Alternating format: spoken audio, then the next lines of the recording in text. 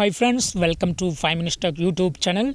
Here is iQOO Z9s 5G smartphone. In this video, you will learn how to take a screenshot by 3 fingers swipe down along screen in your phone iQOO Z9s 5G.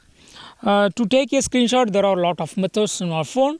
Easiest and simplest method is using your 3 fingers. Just swiping down along with your screen will take a screenshot. Okay, this is the screen and screen is captured. Okay, suppose if you would like to go to the different screen, first of all you have to go to the screen for which you would like to take a screenshot. Okay, so here I would like to take a screenshot from this Google page. Okay, yes, so with 3 fingers just swipe down like this and screenshot will be taken. This is the captured image. Just click on it and you can edit your image with a lot of edit options here. Okay, so in this way you can easily take screenshot using 3 fingers. Okay, this is called 3 finger screenshot in your phone.